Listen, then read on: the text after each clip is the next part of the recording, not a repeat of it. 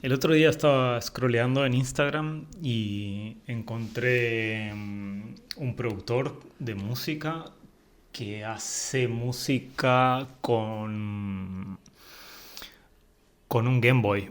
Toda la composición y los arreglos los hace a través de Game Boys y los conecta y los sincroniza y hace música así.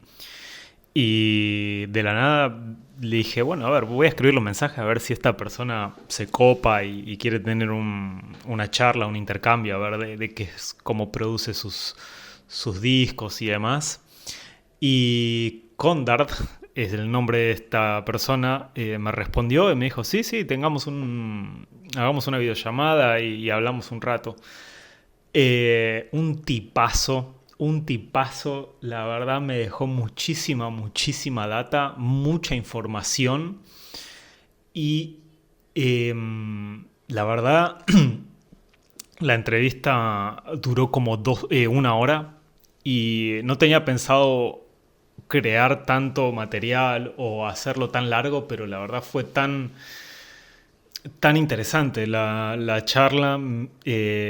Condard dio muchísimos tips, mucha información acerca de cómo funciona el mundo del chip tech, o no sé bien, no me acuerdo bien cómo le llaman, a la comunidad que hace este tipo de música. Y me parece interesante.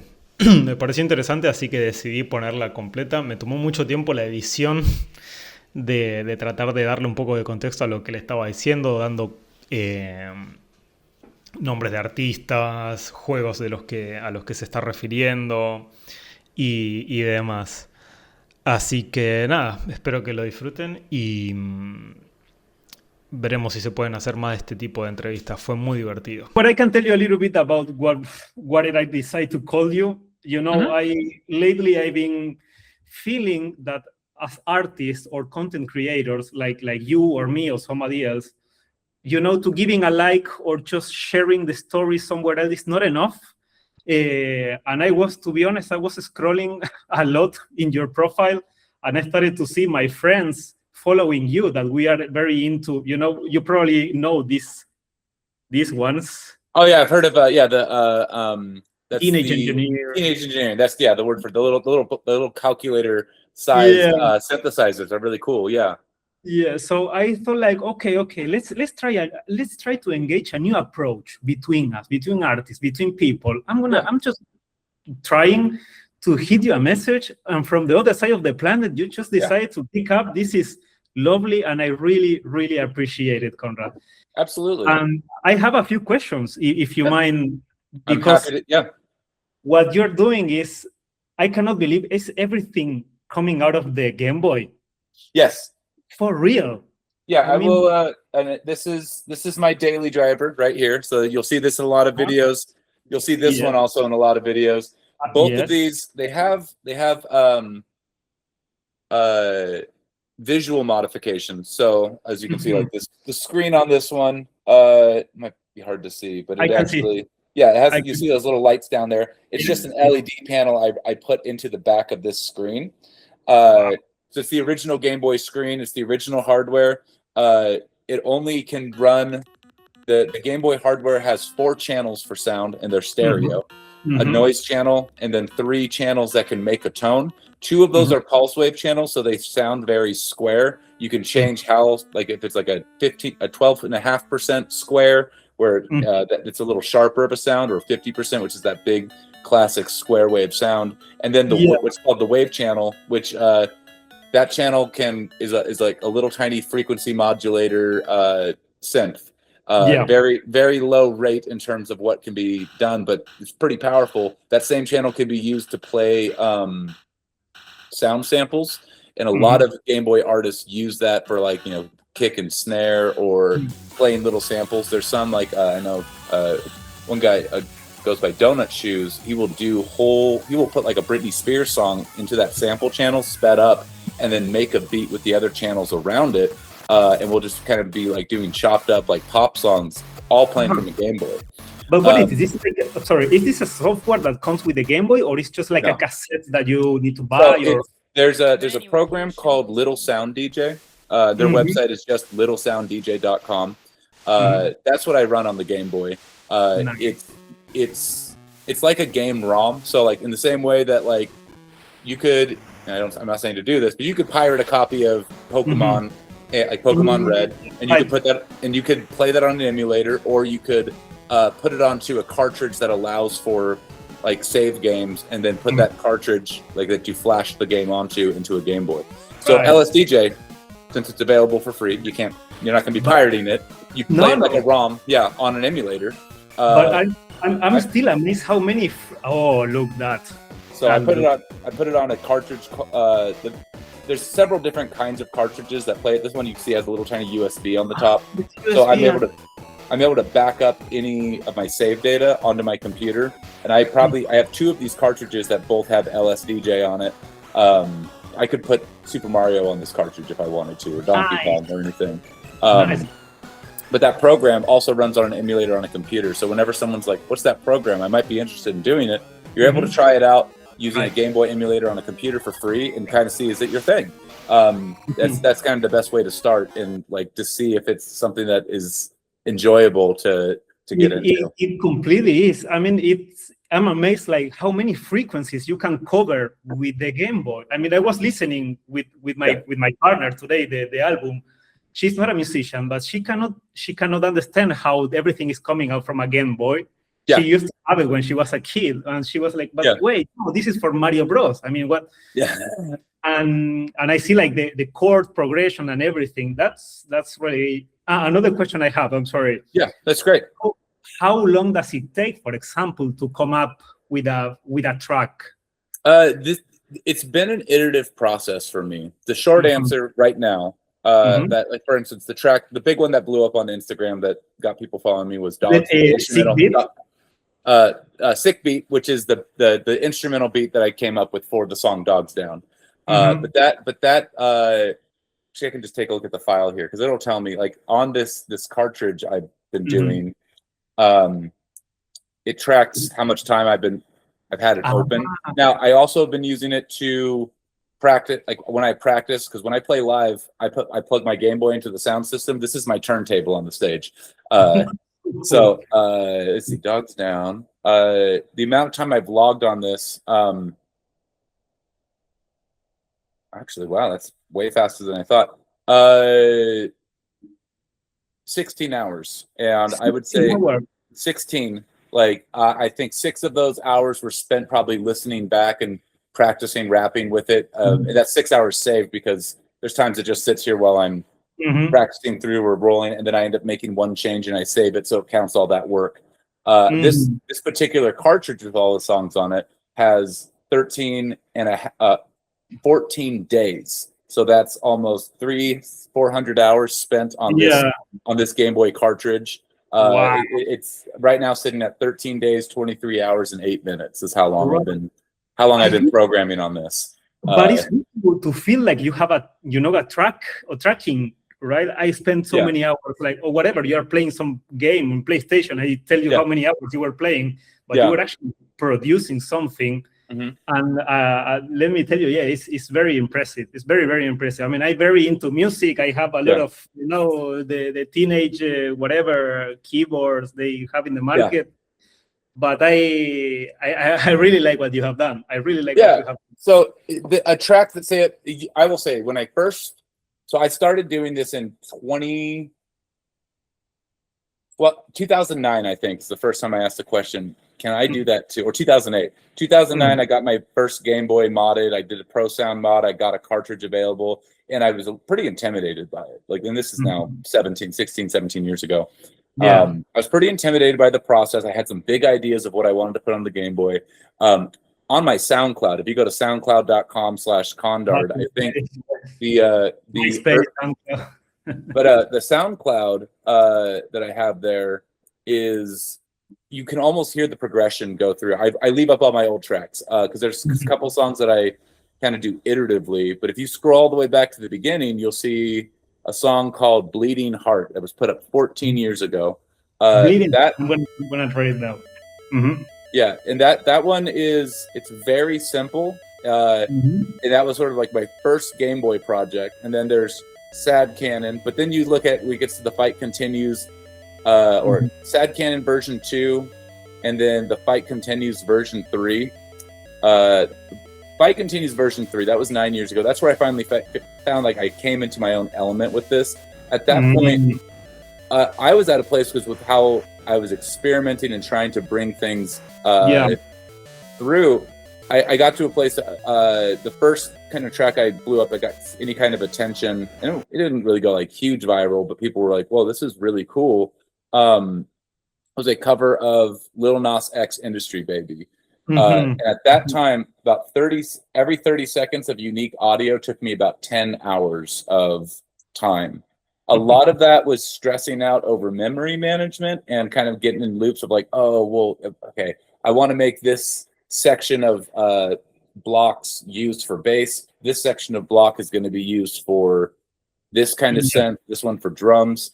And the reason I go so much faster at it now, so I all my songs, I write down everything. I have like my own shorthand for how I will say like, okay, it's kind of mark out the measures, and then I'm like, the chords change here, they change here, and then I'll look at that and go, okay, if every single one of the channels had a unique measure, so I'm not reusing anything, how much can I get away with? And there's only 256 blocks or that can be used uniquely on a song. So I have 256 measures to allocate however I'm going to allocate. Now, sometimes the bass repeats itself, so you can go, I'm going to reuse this here. What I find to make things most interesting is I will use a lot of memory saying, this is going to be almost exactly the same, but I'm going to change one little thing here so it starts to develop a little bit, like how electronic artists do make dance music. Yes. It completely felt like, so, I mean, I guess you have some musical background. You know about harmonies and everything, because the feeling, or, this sweetness of the variation of the harmonies, this is very well done, very, very well done. And it's very nice to hear it in 8 beats kind of music. That's my philosophy with it. And so I when I was a kid, my dream was to be the director of the United States Marine Corps band. I wouldn't even think of it like, I don't care for the U.S. military or anything like that. If you listen to my lyrics, But as a kid, it was the fact that it was the most prestigious band in the world. Of like, if you're the director for that, like that's the top of the top. Throughout high school, then I played tuba, and the reason I played tuba, people were like, oh, it's the boring, da da da, doing the oompa stuff. But I fell in love with it because when I'm playing a simple beat, like when I'm playing a simple run of just playing a low brass instrument, the parts aren't boring. You don't have what the first trumpet or the clarinet has. If I nail the tone and I perfectly lock into exactly the root of what's going on, that sound resonates to the rest of the instruments. And so the amount that I spent sometimes 7-8 hours a day practicing. And I was very much into that, and arrangement and composition, really stuff I love. Like through my early 20s, I was doing the piano thing, doing a singer-songwriter stuff, and I was like really trying to push like interesting compositions and everything, but I was always fascinated by the Game Boy. Like I loved it as a kid. I would like beat Metroid 2 and had a little tape recorder, and I tried to record the ending song because that's the only way I could hear it. Like I would record Game Boy music onto tapes to listen to. So it was in the stars. Like I was going to do this at some point. But where I look at why I do what I do with Game Boy, like I'm not a purist. I'm not one of those people like, oh, it has to be only on one Game Boy. Now that's what I've done because I haven't felt like I've hit the limits of what a single Game Boy can do. Like I have the capabilities of linking Game Boys together. I have the ability of interfacing it. Even I have an Arduino boy, so I can interface it directly to something like Ableton Live or FL Studio. I haven't yet because I still haven't found. I'm getting close to where I would say like, yeah, this is distinctly my process and sound on a Game Boy. I'm now ready to put this into other things. So it's been a very long, slow process. But I like that. You know what I feel with so many options, so many keyboards, so many synthesizers out there that you want to get more and more and more, but you never really finish to master one. But you apparently are achieving that with Game Boys, or at least you're getting close. You're getting close. One of the things that people like, and I would say because I don't want to put down anyone's ability. There's people who are very good at this who look at my work and they go, "Oh my gosh, this is incredible." I'm not one that believes humility is going, "Oh no, it's not." Yes, what I make it's on the level of incredible. It's good. I will put it on and I'm just jamming out for days. But I don't look at it going, I don't see it as a competition or a hierarchy. There's things that when I hear music that other Game Boy artists do, Danimal Cannon comes to mind, Chipzel comes to mind, like some of the big names of like people who make this stuff. They're incredible. Like one of my biggest influences was Supercommuter. Stenobot is the Game Boy DJ for the rap group Supercommuter. Also everyone I've met in the chiptune community is also very helpful because there's so many barriers to like, how do you work with this stuff that there's not much room for being a gatekeepy person, because if you are, there's not going to be a scene. So anytime like I get, if something I do gets 1,000 comments on it, yes, there's the comments of people making comments about my mustache or making comments about whether it's good or bad or what it sounds like. The ones that I end up responding to are the people going, "Wait, how do you do this?" Because that's where I was in 2009 going, "How do you do this?" And someone told me, and I was like, "Okay, on it. I'm going to go do that." Because someone's like, "Oh, you one day you're going to hear some kid do this on like half the time and like be way better." And I'm like, I'm counting on it. Like if every time I hear someone do something, because I'm not going like, "Oh, I did this. This makes me so unique." It's like I'm building on so many other people's works. Like the song I have on my album, Ode to Gunpei, is a song about Gunpei Yokoi. He's the designer of the original Game Boy. I led the team that designed it. He was Nintendo's like innovator. He's the one that came up with this shape. It's a very particular phrase. That shape, the plus control pad. Really? That plus control pad was on the Game & Watch machines. He came up with that method for how to control games. We've never got away from that. Changed now after that. Everyone, yes, we have the analog stick and everything, but everything before he did that was the joystick. That was the standard through the 80s. You had a joystick and your button. You were your left hand controlled the button. Your right hand was the joystick, like you were flying a plane. And now it's the other way around. And now, even to the point where the plus control pad, we went back to a joystick shape of the analog stick, but it's still the left hand that does it. And that all came from Gunpei. His design philosophy, because in Japanese it's Karete Gijutsu no Sui Heishiko. I don't speak Japanese. I found out what but it translates to English to lateral thinking with withered technology. The reason the Game Boy outsold the Game Gear and all the other handhelds was they didn't go for the cutting edge. Yes, color graphics were available in the late 80s when they made it, but battery life would have been drained. Kids don't have access to 6 batteries. With only 4 batteries in this, you get 24 to 30 hours of gameplay, depending on how much volume you use. Which, if a kid's allowed to play for a couple of hours after school, stuff like that, that means a set of batteries could last 2 weeks. Or over a whole weekend, they could go on a camping trip in their tent with a flashlight because there's no backlit screen. And so using withered technology, stuff that was well established and mature, wasn't cutting edge, they put together a cutting edge experience. Now, the reason I mention all this is because when I found out I actually looked up Gunpei Yokoi, we found out about his life. What blew me away was the fact that I, as a chiptune artist, knowing nothing about this man, knowing nothing about his design philosophy, was inspired to make music, and so many other people were too, using lateral thinking with withered technology. This is not cutting edge. So this piece of hardware envelops and encompasses that design philosophy so much that people who know nothing about that saw the Game Boy and think, I want to make music with that, and lived out that exact same design philosophy of design with lateral thinking with withered technology, and it continues on. Here we are, 40 years later, and it's still lateral thinking with withered technology. That design philosophy is infused into every Game Boy, and that just kind of blows me away. I'm I've been captured by that. That's kind of cool, or kind of imagine how, or maybe if we can go backward and say hey, wait, we missed this out, and this is kind of cool. Should we go back to the composing in a console? Because I wanted to say you see a lot of these devices that they emulate some, what they call it, arcade games or arcade setups or whatever, but it's not even close of the composition of a Game Boy, at least what I've been listening.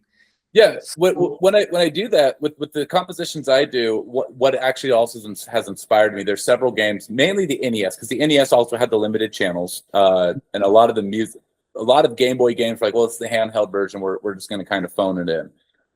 There's some really good soundtracks on Game Boy, but I think a lot of the production work, because the games could also be bigger, studios really spent their money on the NES soundtracks. Like that was like the big expenditure. And there are some soundtracks that I listened to that were so ambitious. A game that people just call a Castlevania ripoff. I think it's a really fun kind of. I know Castlevania. Yeah. But Eight Eyes, the game Eight Eyes. Yes. Yeah. Eight Eyes was actually the musical composer for Eight Eyes was a classical composer who wrote operas, and he wrote the music for Eight Eyes as a single opera. So it's based on one theme. All eight levels are variations of the same theme. So it's an 8 movement piece of music that also has that every section has the intro, the what happens in the music of a sort of the level, and then it ends with its own. Every boss has its own theme. And so all of them play together, and it's this big, huge, ambitious piece of music. This is a man who goes, "Oh, I'm going to put this all together."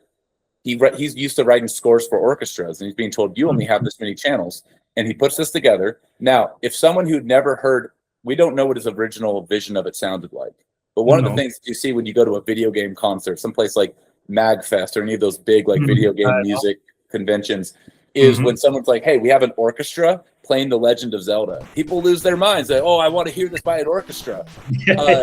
And there's more infused into those compositions in a Game Boy that someone can go and mine it out. Now, is the thing that comes out if you only heard the music and like a metal band plays it afterwards. I loved also like games like Double Dragon 2 on the NES, because that actually had a live full band release of the soundtrack. Like it's like total 80s synthwave, like rock, nice, with lyrics and everything.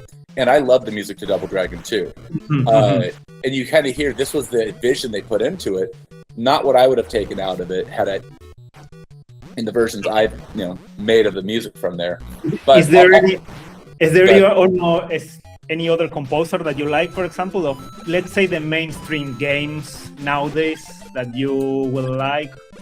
I mean, obviously Koji Kondo with the Mario stuff, some really good stuff there. Nobuo Uematsu, who is the Final Fantasy composer. There's one, what's her name? In the meantime, I can tell you, I was playing, I don't know if you know the game Stray. It's a cat, you're a little cat. Around. I love that game.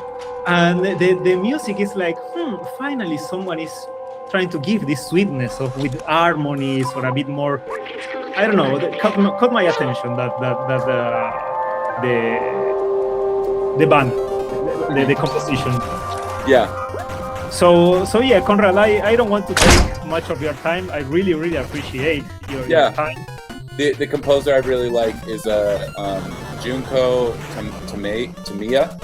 Junko Tamiya did the soundtrack for Street Fighter 2010, The Final Fight, which is neither a Street Fighter game or Final Fight or anything like that. It's a side-scroller sci-fi with a really crazy like 70s prog rock soundtrack. Nice. And then a lot of the Capcom games, like Mega Man, Bionic Commando, Street Fighter 2010, all of that really is where I end up. The Capcom, the beginning, back in the 90s, or nowadays Capcom? Oh, the latest Capcom stuff. I mean, I haven't listened to much of the things going on. I will say a game that really inspired me of a modern composer is Wilbert Roget II. He did the Helldivers sound. He did Helldivers. I did a cover of Helldivers on Game Boy because it's in 5/4. I have it up on my SoundCloud as well. I think it's also on my Bandcamp. Okay. But I wanted to see if I could get a full orchestral song in 5/4, and the Game Boy's not set up for complex time signatures like that. I found someone on Patreon who has a hobby of making orchestral scores based off of what they hear in a game, and so I bought a copy of the full orchestral score. Nice. Went through it with a pen, being like, where are the themes? What can I do? where do I spend the memory I have in order to write this theme out on Game Boy? Like, what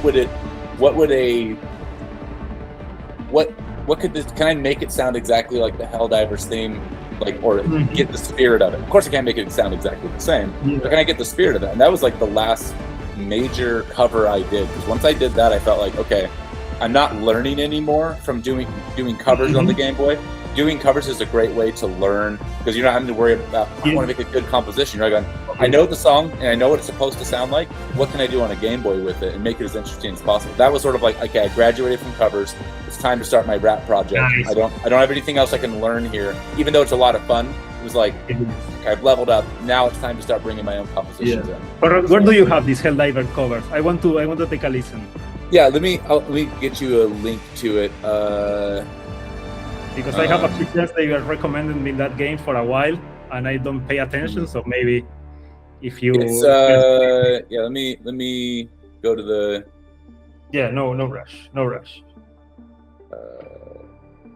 And you could also, like I said, you can. I gotta find the window I had you in again. Whoops, you're right here.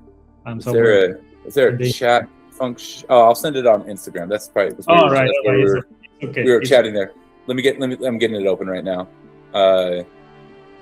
All right. Yes, I have. I think Instagram over here. So if I do that, I let you know.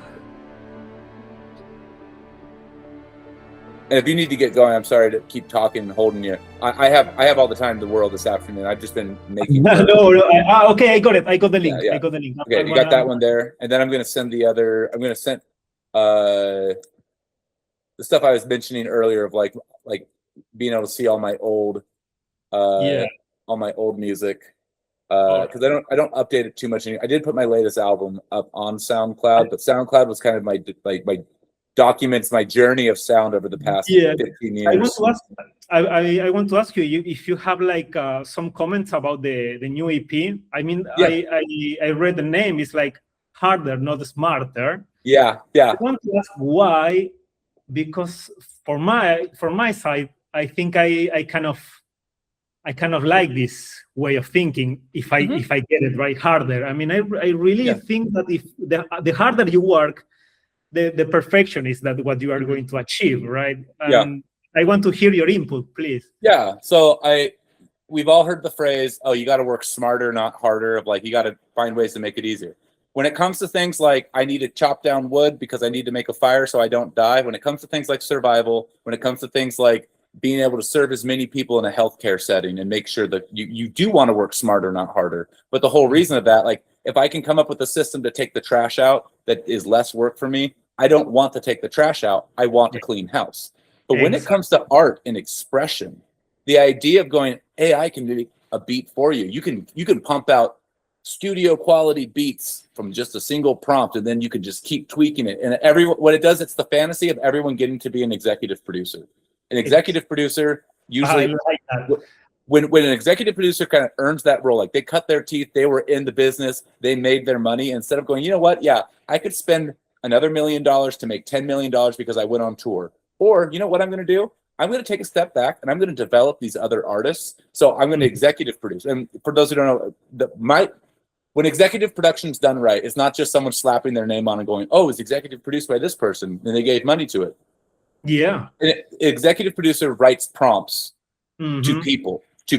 They go, "I have an idea for a song. I want it like this. I'm pulling you because you know this kind of beat, or you know this way of doing the bass better than anyone." It's like what a Daft Punk did of executive producing their own record, basically with Random Access Memories. They gave a prompt to Nile Rodgers. They gave a prompt to Pharrell Williams. They gave a prompt to Paul Williams to say, "This is what we're looking at, what we're doing.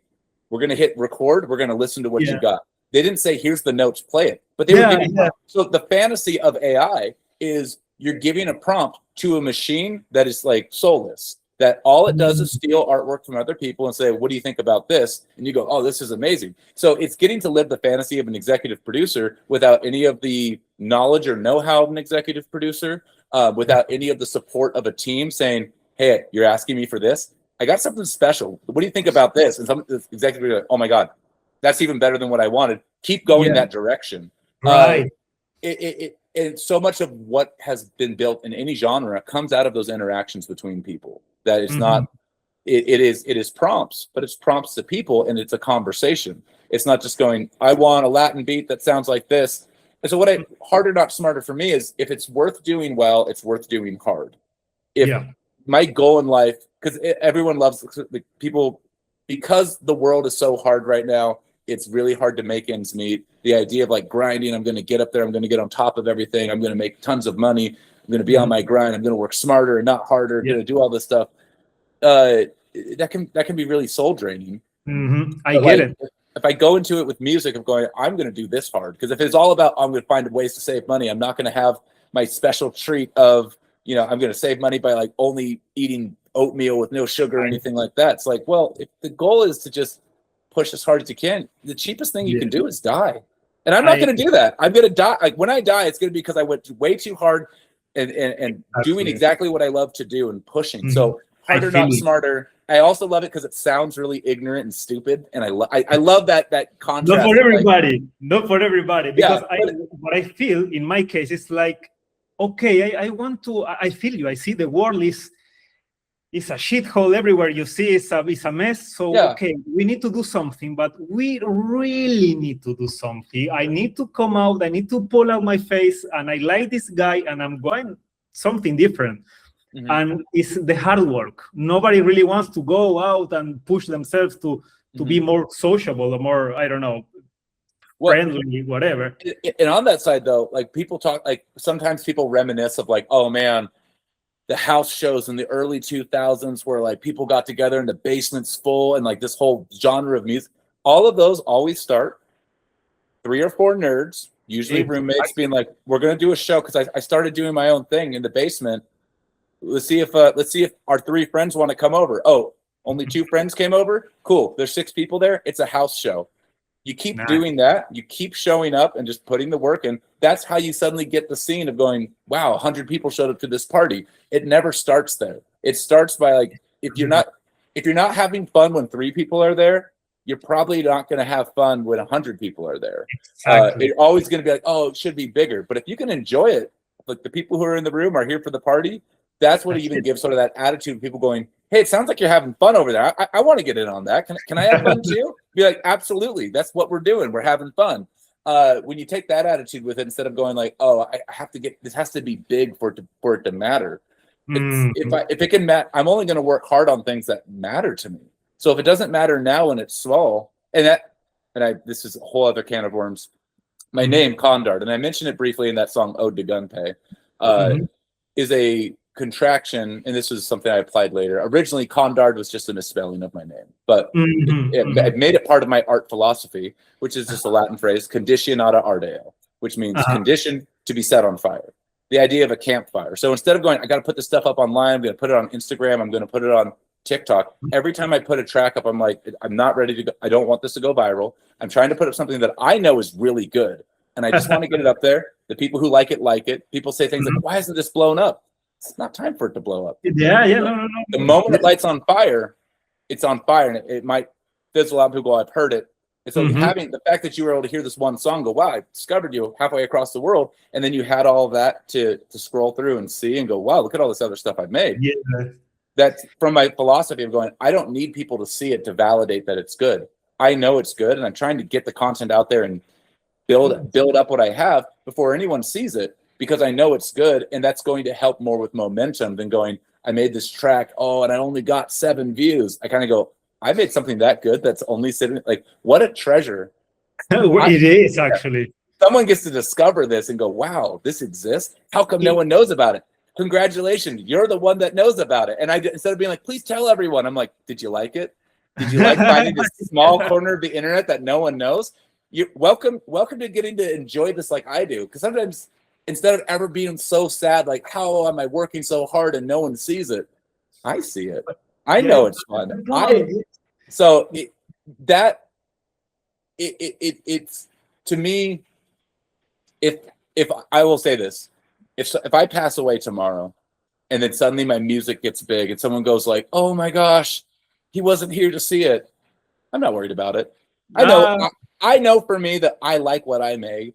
whether it ever gets discovered. So if someone was saying like, oh, he never got to see his stuff blow up. Yeah, but I know it's like the guy who left a bomb somewhere. Oh, he didn't get to see it blow up. It's like, I know what I'm leaving. I know what I'm leaving. So if it goes away to obscurity and it never blows up, I almost feel an accomplishment with that I was able to do all that and only a few people got to experience. Like, but I feel that's the fun part of it, because I saw what you have done. I really like what you have done. And for example, I also like what, let's say, I don't know, the Rolling Stones, they do. Yeah. But what can being completely honest, I cannot have an interview with them, so my expectations are diffuse, like outside. I don't know what to expect. I'm not even thinking about it. But to hit a message to someone in internet that actually replied at me and did something that I like, is like, wait, something is happening here. Communication or whatever, because I cannot have a phone call with the artist, the mainstream artist that they are, whatever, I don't know, Bad Bunny, Dua Lipa, Billie Eilish, whoever. Yeah. For what? For what do you want to You're doing, I actually really like what you're doing, though, because if you're looking at going, hey, this guy's really got something going on, and I think there's something going on here, it's going to get bigger. I'm looking at going, yeah, maybe it will. Oh, you're willing to take a chance and spend an hour with me? I'll do that side quest. Let's go for it. Let's see. Say I do blow up. It's like, yeah, you're one of the first people that interviewed me. Of course, like, if I'm sitting like, oh my gosh, he has 1 million followers now, I'll come back and chat with you. Like, we'll chat again. That's one of the things as well. Like, even just having an attitude of like, I think there's so many messages online I'm not able to respond to. Like, especially when someone hits me up saying like, hey, do you want to collab? It's in my message request, and I look, and I'm like, okay, they have 5 followers, and that's not about follower count, but there's none of their music up. I don't have time to go. Well, if I go, and I'm not even trying to put those people down. They might have something amazing. They really might. But if I don't have time to talk to all 20 of them and find out are any of these worth going after, because I can't see their music. There's nothing that they have to show of like, I'm like, collab on what? And I don't have time to ask like, hey, what are you bringing to the table? And so, and it doesn't bother me. I don't roll my eyes. I don't disparage that. But it's like, I get the feedback. They get the feedback they need, which is, I asked, hey, do you want to collab? My profile's not set up showing anything I do, and I didn't get a response. Okay, that's also valid feedback. Much love. I hope people keep working on things they're going to do. But someone also doesn't need my validation of like, oh, I worked with Condard, so it's good. If you're not willing to believe in your own stuff enough to put it out there and go, I believe in this, then there's nothing you could do with working with me is going to solve that for you. So, yeah. But you're good enough to boost them up if they.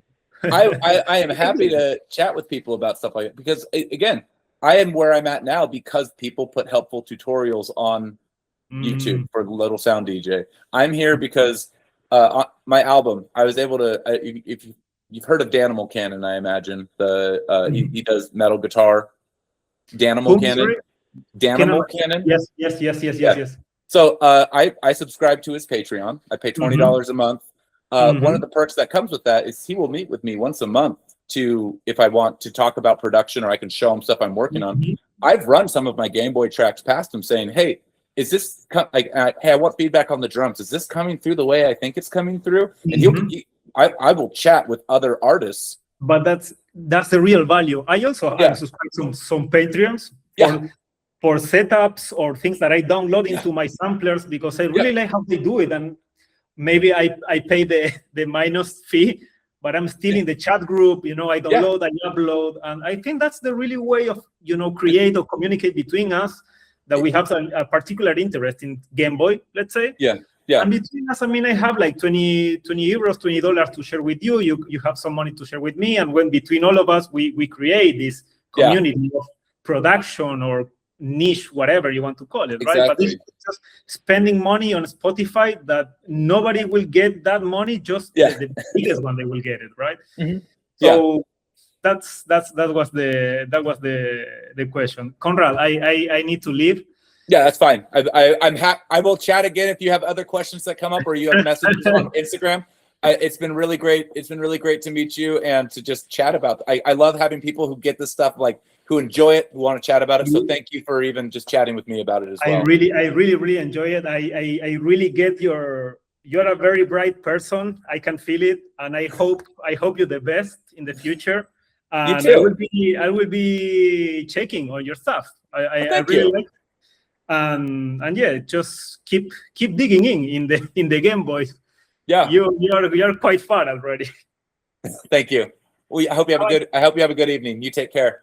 You too. Bye, Conrad. Thank you very much. Yep. Bye. Bye.